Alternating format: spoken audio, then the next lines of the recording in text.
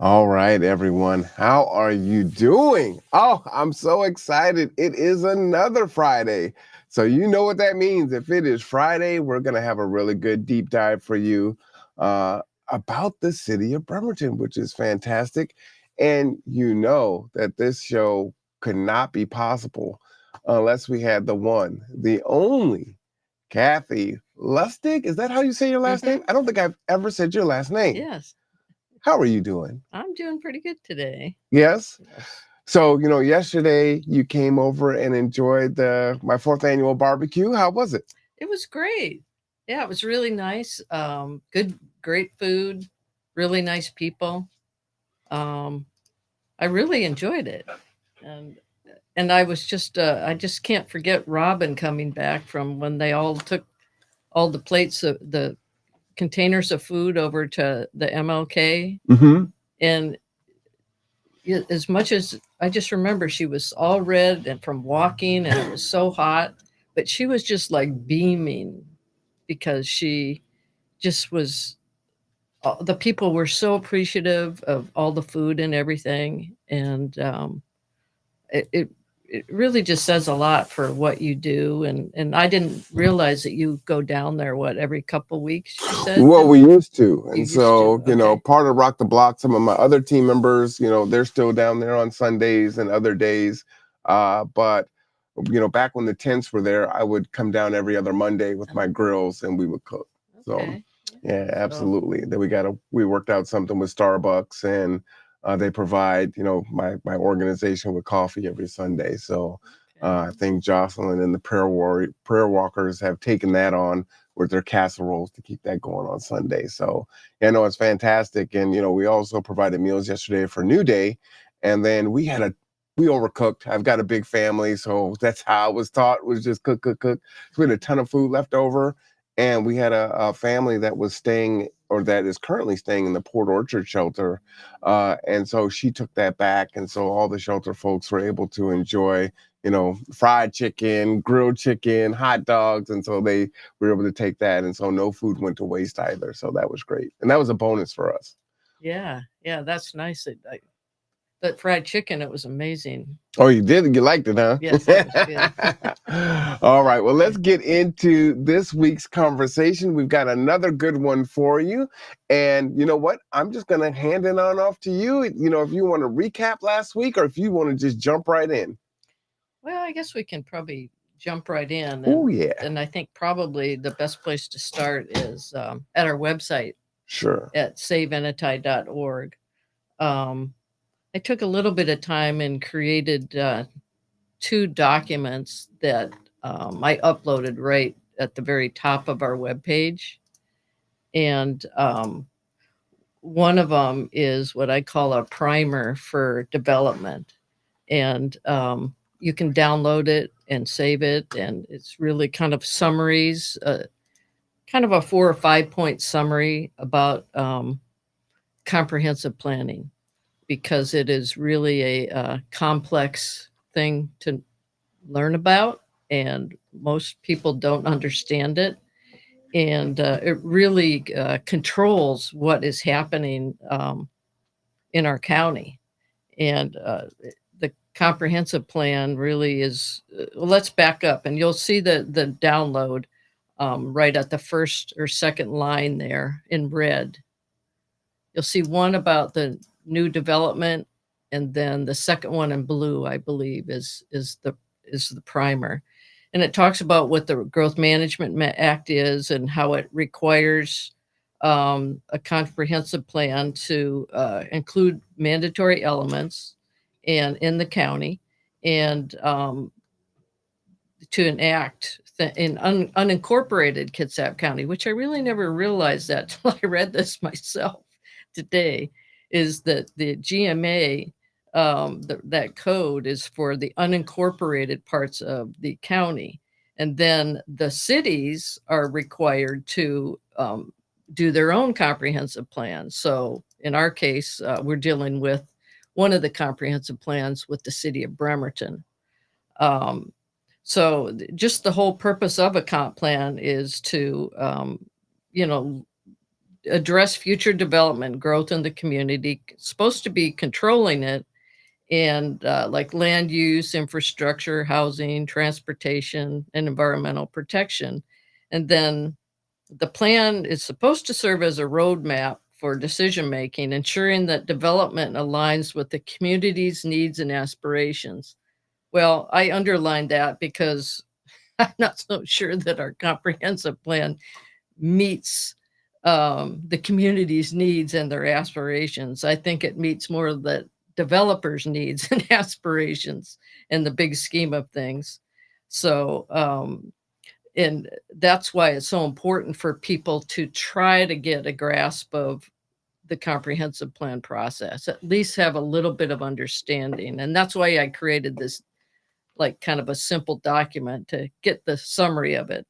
So, You want to go over it?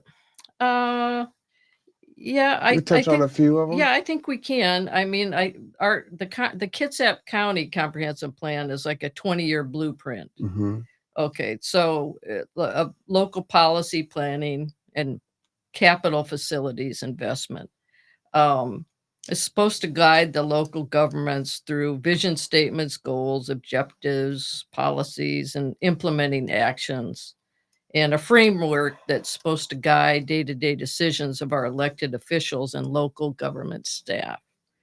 Um, the I would say though that on a yearly basis they do annual updates to the comprehensive plan, but the big ones are at 10 and 20-year increments. Got you. Okay. So in 2024 was a big one. So there was quite a lot of effort into it. And I think one thing that's important to realize as we go into the future, and as you can see, a lot of the climate change issues that are going on, and the flooding and the fires and all that, that, the state of Washington, one thing that I think the comprehensive plan is starting to turn towards is the role of how much water we have in our state. Mm. As you know, a lot of states are struggling with the water now and not enough of it. And our state, a lot of our water is not from fresh water. We get it from groundwater, and our rain and our wetlands and our forests. It really is an important part for us to consider it an asset to manage our water in our state. And I think hopefully you'll start to see some shifting over water quantity, because overdevelopment is going to, it puts the quantity of our water at risk when these big developers are coming in and our water purveyors in this county start sucking the water out of our aquifers, especially our shallow aquifers. Our streams go down and so do our wetlands, and then everything dries up. So, or it gets very dry. So that's something to keep in mind as we move forward. And I think in Enetai, and I think I showed you a map early on, is to understand what is the urban growth boundary.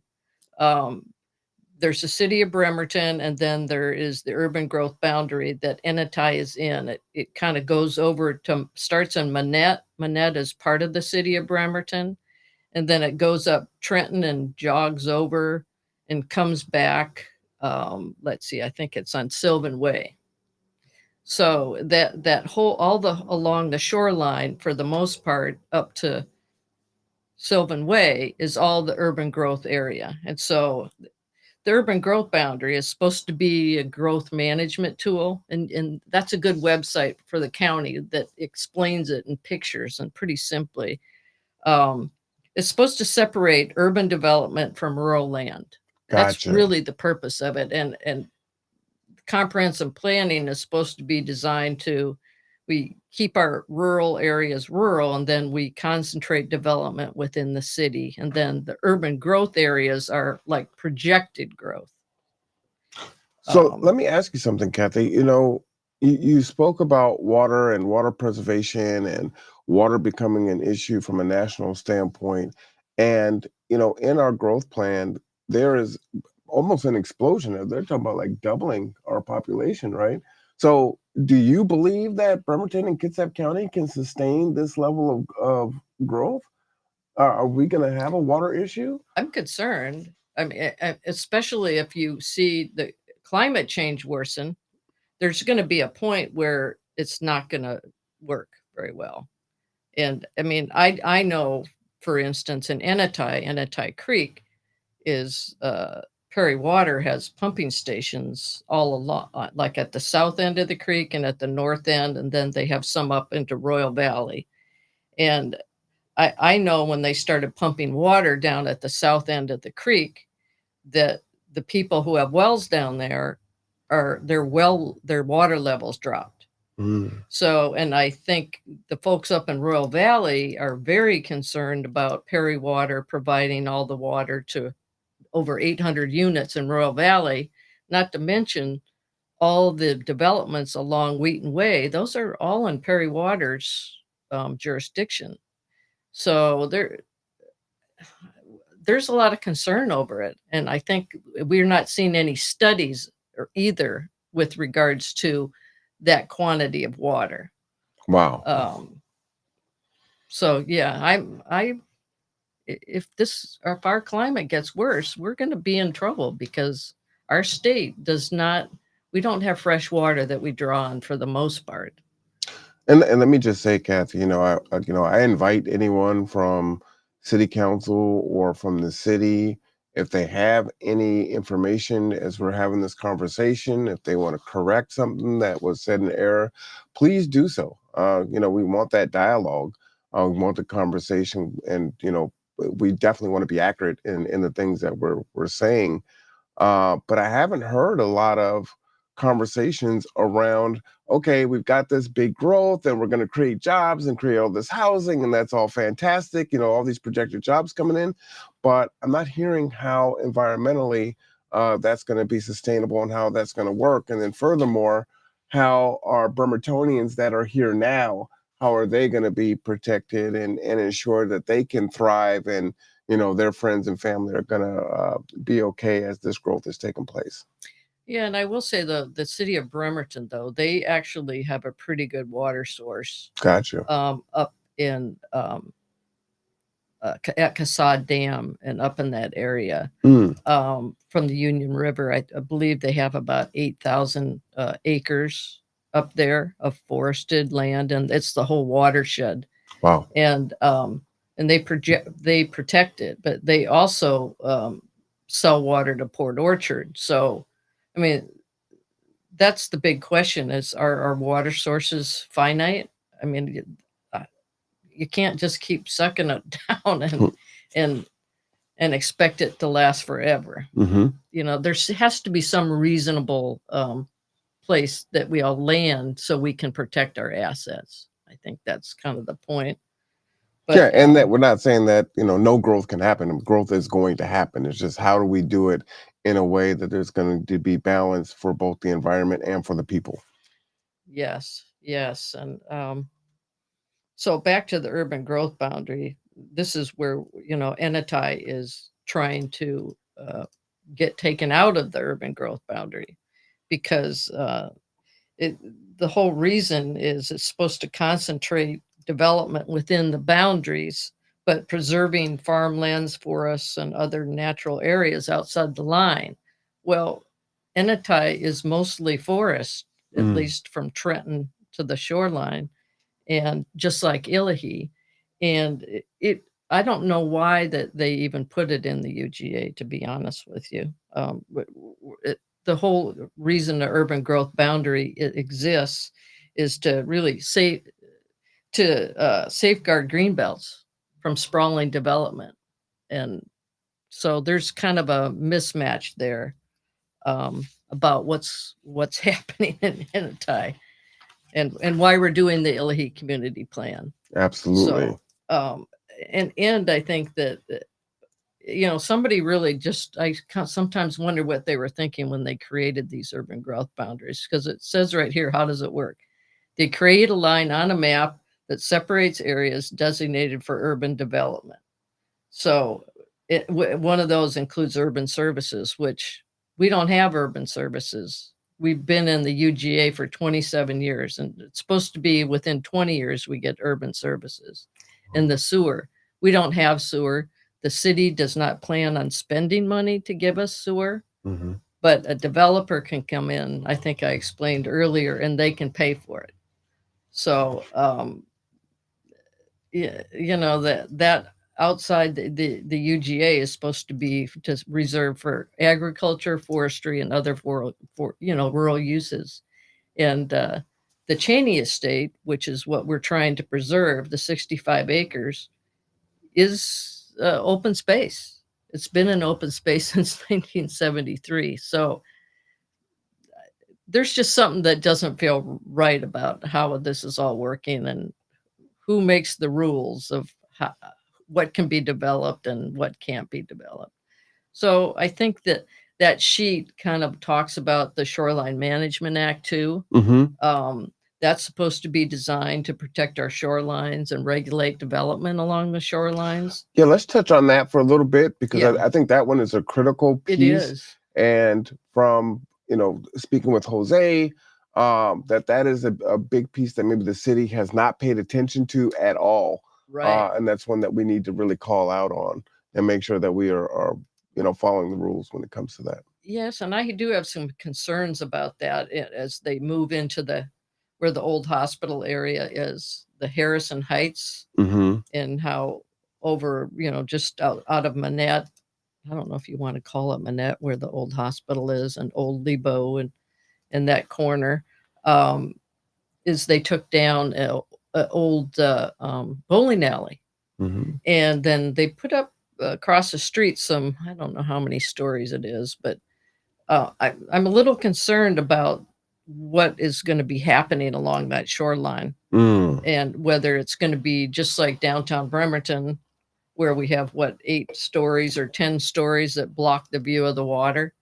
So you'd just be looking at a bunch of high rises over there. I did hear something about high rises going in where the old hospital is. Okay. So so the Shoreline Management Act really does apply in this area, and I don't know as much about it as Jose does, but Mm-hmm. it is supposed to be to protect the shorelines of the state. That's the purpose of the Management Act. And I think it says it aims to prevent haphazard development and prioritize uses that protect water quality and, depending on the shoreline, enhance public access. And it covers the marine waters, streams, rivers, lakes, and associated wetlands. So, um, and local governments are primarily responsible for implementing the Shoreline Management Act through programs, and Department of Ecology has oversight. So, yeah, we're seeing a lot of weakness there. Um, and I do believe that some of Jose's work has been pretty in depth about how, like in the case of Evergreen Point over here, Mm-hmm. um, that the the the they've created ordinances to kind of subvert the Shoreline Management Act, and they're just kind of like pretending maybe it doesn't exist. Wow. Okay. Um, and who enforces that? I mean, it says right here, the local governments are primarily responsible to implement it. So, you know, who who has the authority and who has oversight, or are the people who are abusing it have the oversight? I think that's a big question there. Um, Well, I'd love to maybe ask Jose to join us one day just to talk about that particular piece. I mean, he could talk about a lot of different subjects. He's so knowledgeable, but mm, really getting into that Shoreline Management Act, I think, is an important linchpin to a lot of things that are going on here and just the preservation of our spaces. exactly. And I, I just think that, from what I understand, and that's the one thing on our website that you'll see. If you're on a desktop mode, you can look over to the right, and there is a Friends of Smith Cove, and there's a link there that came from the Friends of Smith Cove that talks about how the comprehensive plan was for the city of Bremerton was rigged in favor of a developer who's trying to develop Evergreen Point. Got you. And in my experience, jumping to the sewer line extension, that whole thing was an ordinance was created to basically subvert the will of the people. It was a way to create an ordinance that forces annexation and allows for a sewer line extension to go out into an area that has no sewer, and the city would never pay for it to get it out there in the first place. Wow. Again, why are we in the UGA if they're never going to pay for it? Mm-hmm. I don't, that is a big question to me. And I think that when the city council, when we all went there, our community, and we had 7 days notice to go, and we all said, we don't want this here. We don't want the environmental impacts, and we don't want you to cut down the trees. All the city council people, except for Anna Mockler, and Jeff Coughlin was the one who put down the gavel after we all sat there for 4 hours. It's like he waited and he looked around and saw that all of us were gone except for a few, and decided to usher it in and put the first motion down. And it was pretty disappointing. I really did feel like even from the beginning that they had already made their decision. So let me ask you, Kathie, you organized and you've gone to city council, you've written into city council. Have there been any conversations one-on-one? Has anyone from city council, reached out to have a one-on-one conversation and just, speak on, what their perspective is, why they made the decisions they've made? If the claim is that some things were done that weren't following policy or law, did they explain that? Can you go into that a little bit for me? Because sure, yeah. All I know is that this ordinance created a way for city council, under their sole discretion, to make a decision to extend sewer under no rules. They could just decide, and it didn't matter what we all said. They just decided we're going to allow sewer, and they ignored the fact that we don't want sewer and we don't want this development.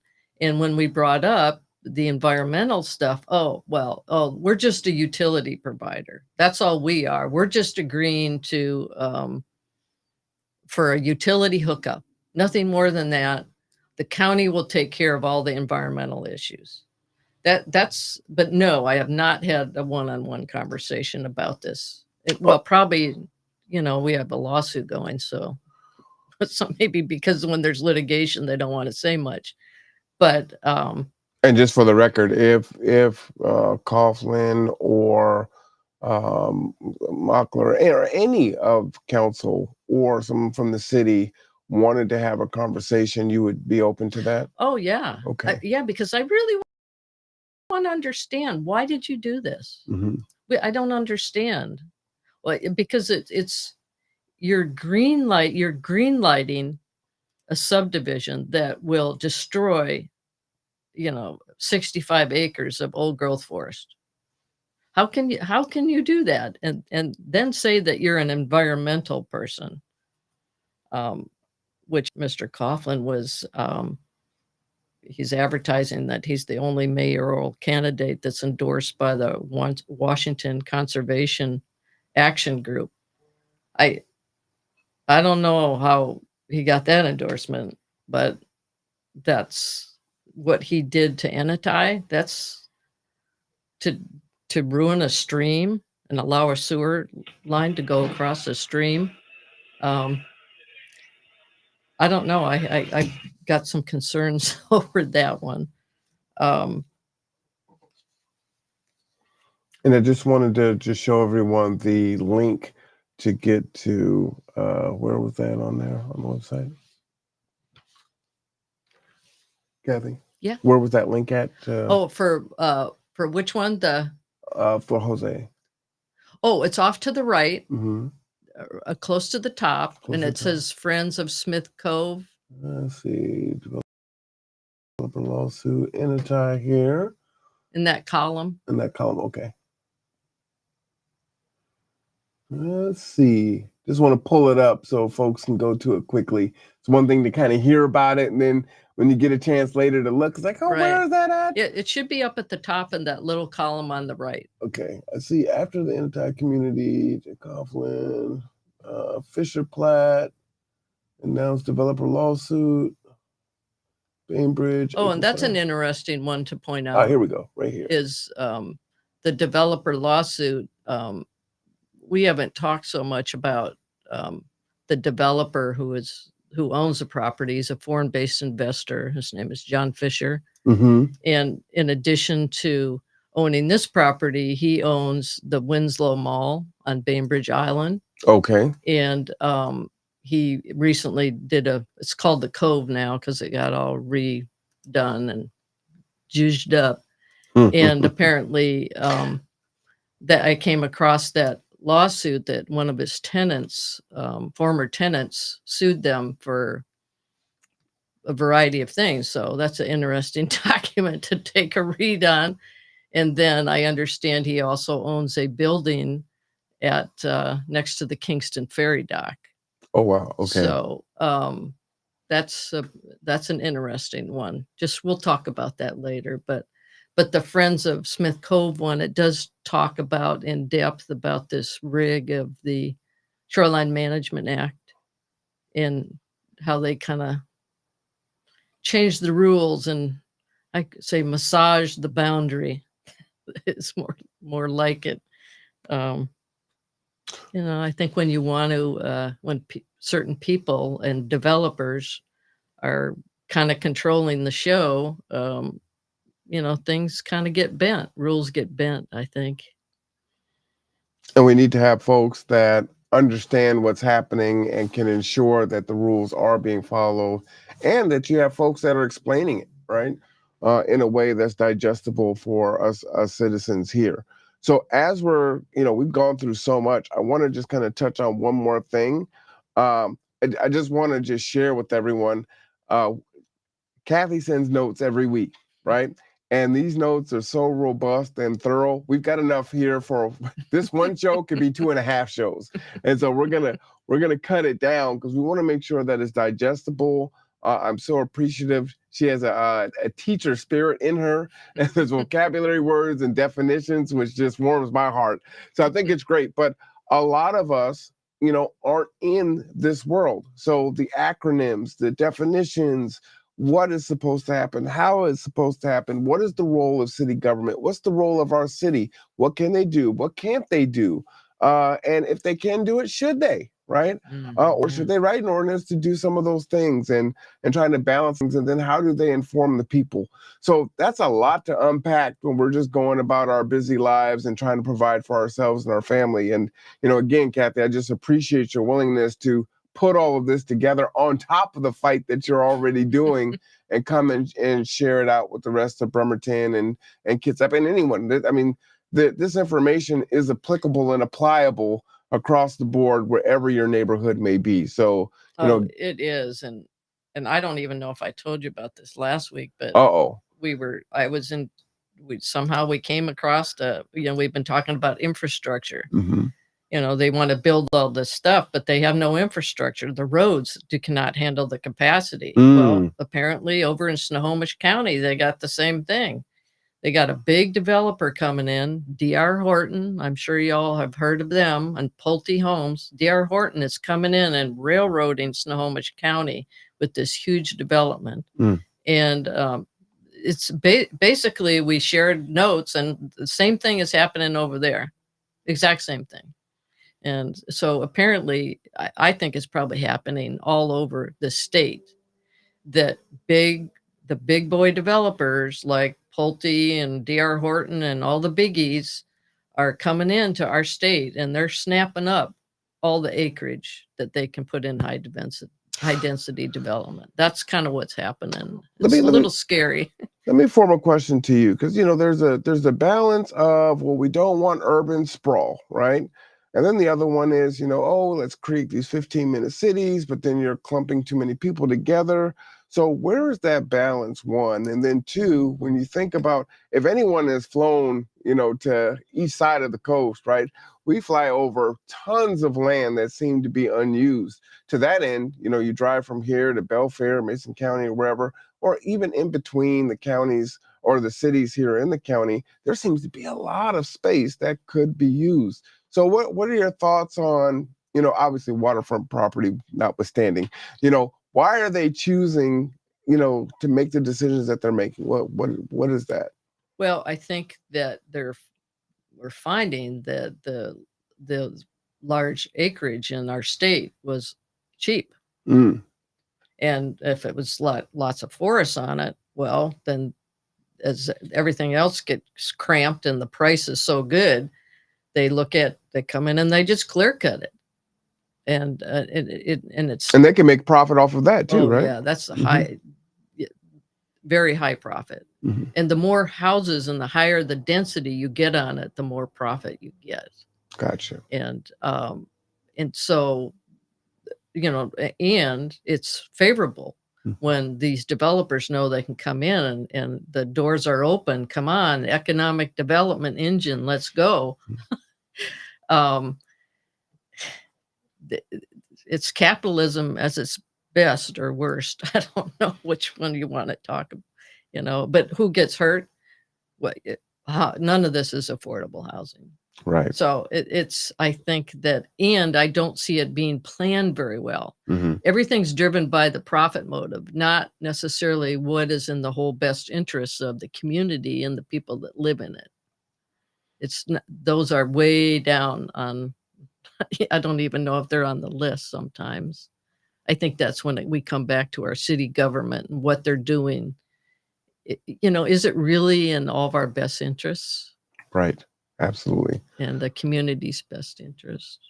So let's touch on, as we kind of end our conversation today. We got into the Growth Management Act. We went into what the comprehensive plan was.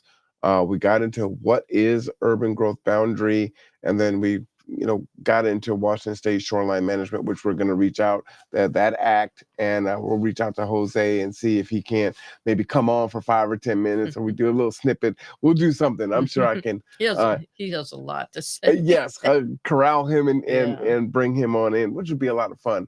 Man, we might need to do a town hall or something. Oh, yeah. And well, I'm hoping, if depend how much time we have, is that you can put up that second document, the one of the new submission, Gotcha. Yep. Let me go ahead and do that now. because we can close out with what this is just an example of, because I'm watching and nobody else is I just happen to be poking around on the parcel system that I showed you how to get into.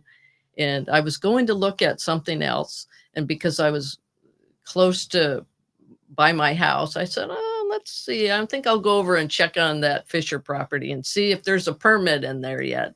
Whenever I'm close, I always go click on it. I never find anything, but lo and behold, I find something this week.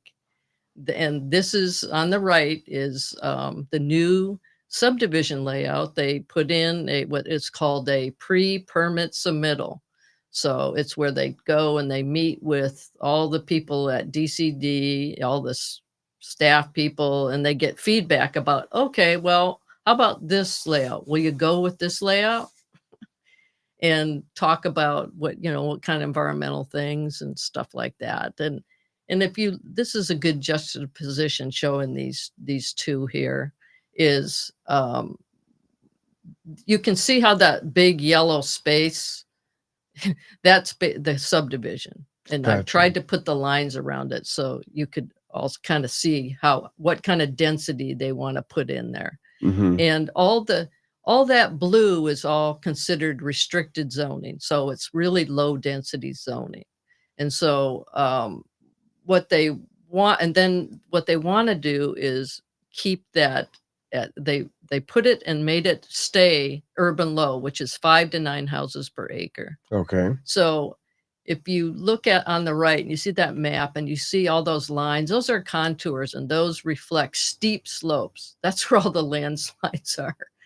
And so what they do is they take that, let's say that's 40 acres. It's slightly less than that. But so they take 40 acres and they times it by 9 times 4, 36, 360 homes.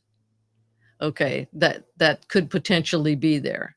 And then they take away the unbuildable areas, which is the steep slopes. Okay. And then so what that allows for them to do is compress and put high density housing, like houses on little postage stamps.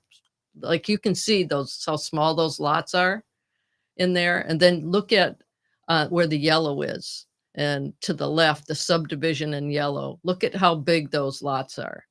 So what they're doing is they're cramming high density next to like my neighborhood, because I live in that neighborhood, where it's not really compatible.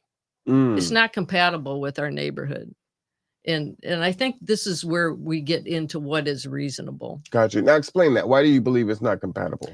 Well, because we have large, our lots aren't really that big, but they are compared to like in downtown, Bremerton. Mm-hmm. But it's the character of our neighborhood, really. Gotcha. And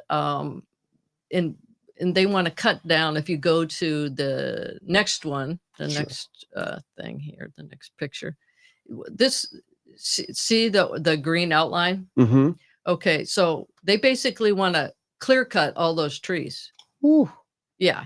And so and then the yellow that you see along the shoreline, that's the Shoreline Management Act boundaries. Gotcha. Okay. So that kind of gives you a little idea. And so GPC actually, the developer and his real estate liaison, John Rose, have been negotiating now for, I think it's about 2 years, with Great Peninsula Conservancy to buy this property. In fact, the county commissioners even, I think, generally gave a positive thumbs up to providing what they call conservation futures. Gotcha. And just to be clear, you're talking about to buy the property in yellow or the one in the green border?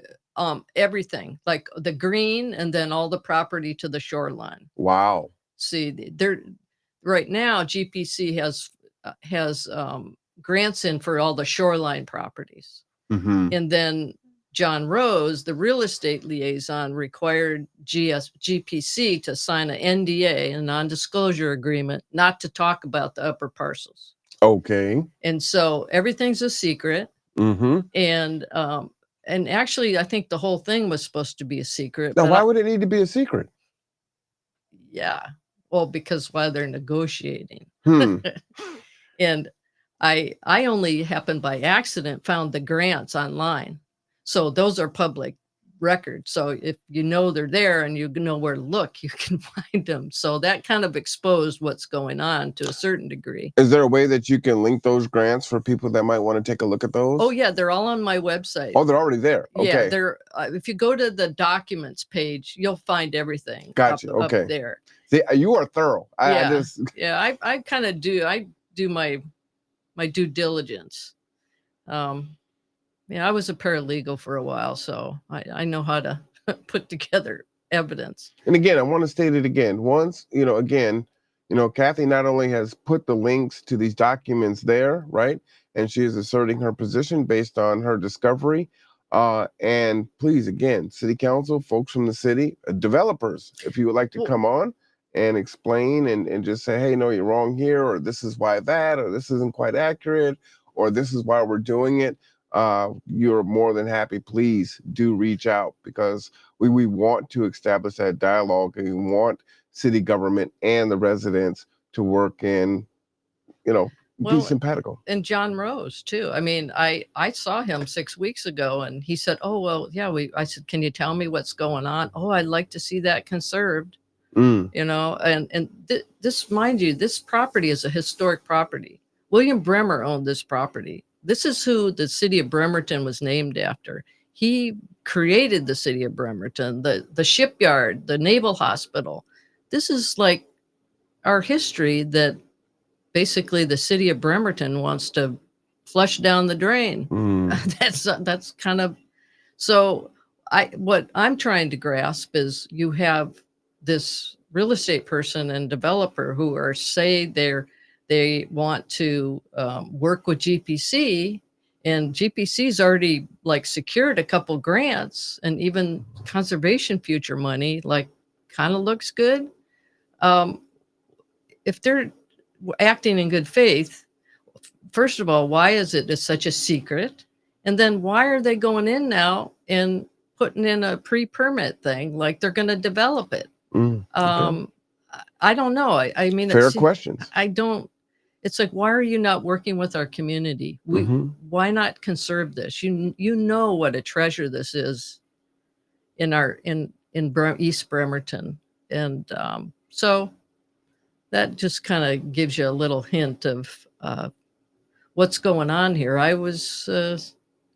almost expected this might happen because I caught the Team 4, who's another player in this county that does the difficult properties that have a lot of critical areas on them.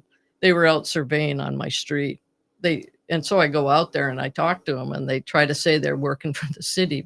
Then when I ask them point blank who they work with, I find out who they do work for. So they're known for being super aggressive, and they have all their specialists in line to write the reports exactly how they want them, so they get the permits in. So Kathie, as we wrap, let's talk about this last slide here. I see quite a bit of information, potential wetlands and bald eagle nest, and talk about this slide here. Yeah, so on the left is the property that they want to develop. The green line is kind of like the top of the highest erosion zone. The eagles, there's a couple eagles nests out there, even though they went out there and they said they had a biologist that said there was no eagle's nest, so they didn't have to get a permit to disturb out there. We all know because we see them flying over all the time.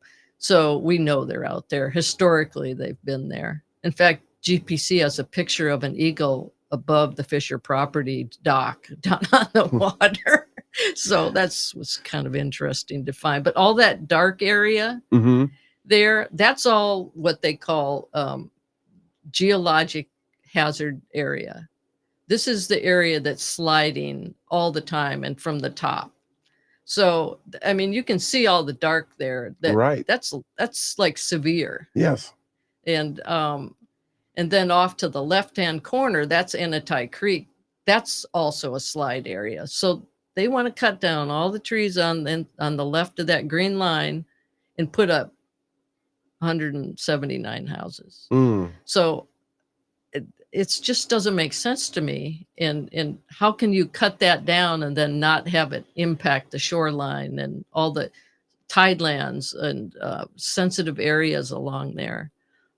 There's all kinds of wetlands. And I guess there's like if you go to the GPC documents, I'll say it's like one of the last lagoon embayments that's been untouched along our eastern shore.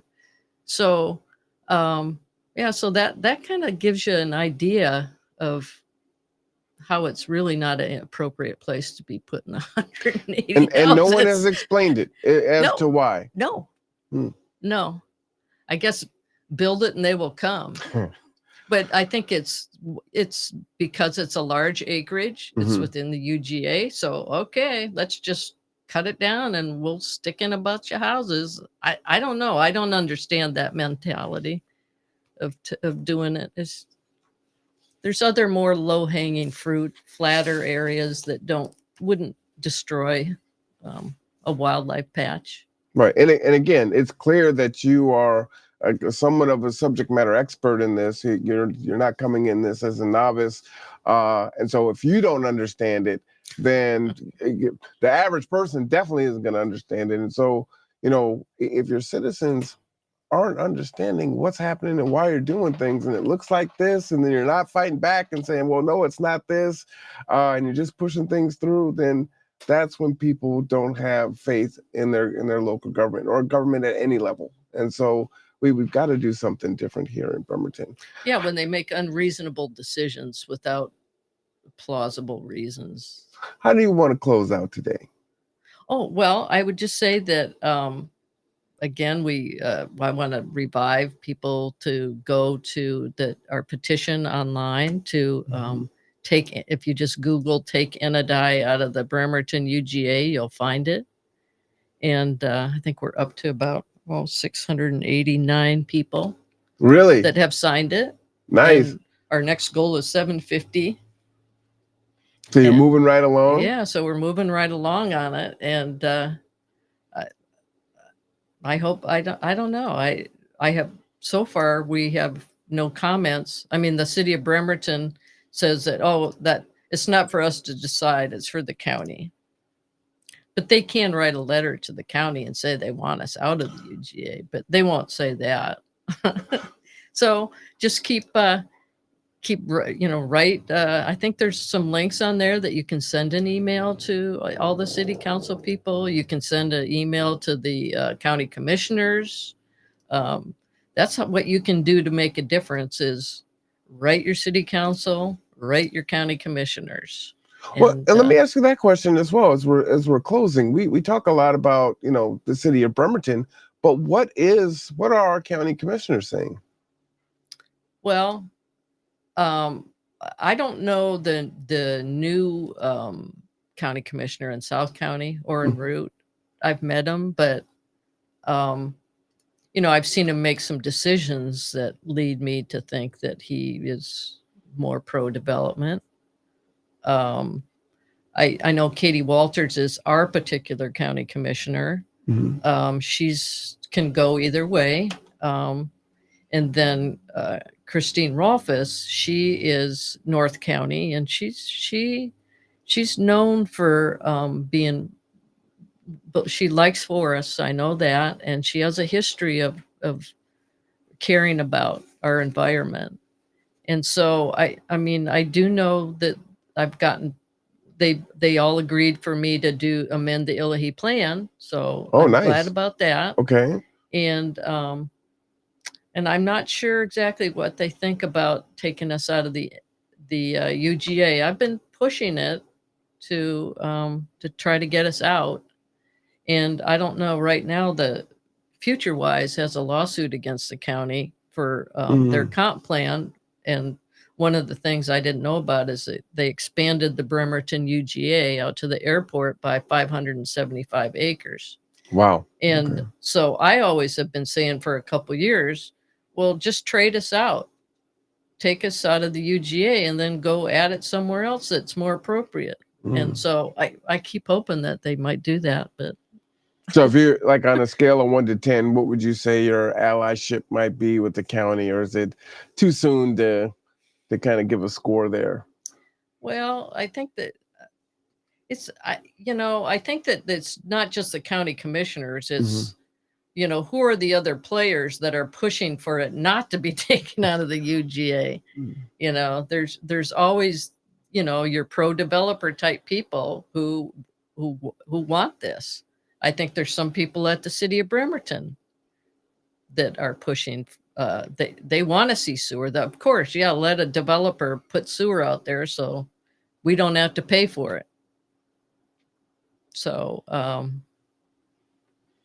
I think it remains to be seen. It's really something that you can't get changed overnight. You just have to keep at it, and it could take years, but you just keep hammering at them, and eventually maybe they'll just get tired of me coming around, so they want to make me go away. Well, that's the plan, right? they do hope that, and so they hope that, but I'm known for my perseverance. Stay the watch, bring some other like-minded folks together. Folks, the petition is at 686. Let's get the signatures to 750. Go ahead to the website.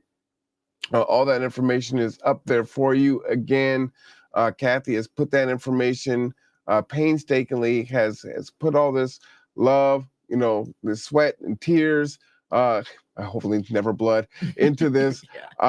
check out the website, look at the information, write into city council, come down to city council, talk to the commissioners, and also use this information if you don't happen to be in this particular neighborhood, so that you can fight your good fight wherever it is that you may live. We're going to go ahead and wrap a little bit now. I know we went a little bit long today, but there is so much information, and we just want to make sure that you're armed with the latest and greatest so that you can take advantage of all of what's happening, right? Because there's so much. There's so much. You look up and it's like, wow, that happened. This happened. How did that happen? Who did that? You know, when did you talk to us about it? And so that's really what it is. Kathie, I want to thank you again for joining us. We'll be back here next Friday, correct? Yeah. All right. So if you haven't, please subscribe, like, and share to the Conduit. Set the notifications so you never miss out. We'll create a playlist so you can just watch them in order. Do share that information out. Super important. We'll look at maybe doing a town hall and getting folks together in the space to come and congregate and fellowship and build and keep building on this momentum. But again, anyway, thank you for tuning in. I am Marwan Cameron. This is The Conduit. As always, take care of yourself, take care of each other, and stay cool. It is going to be pretty warm next week, all right?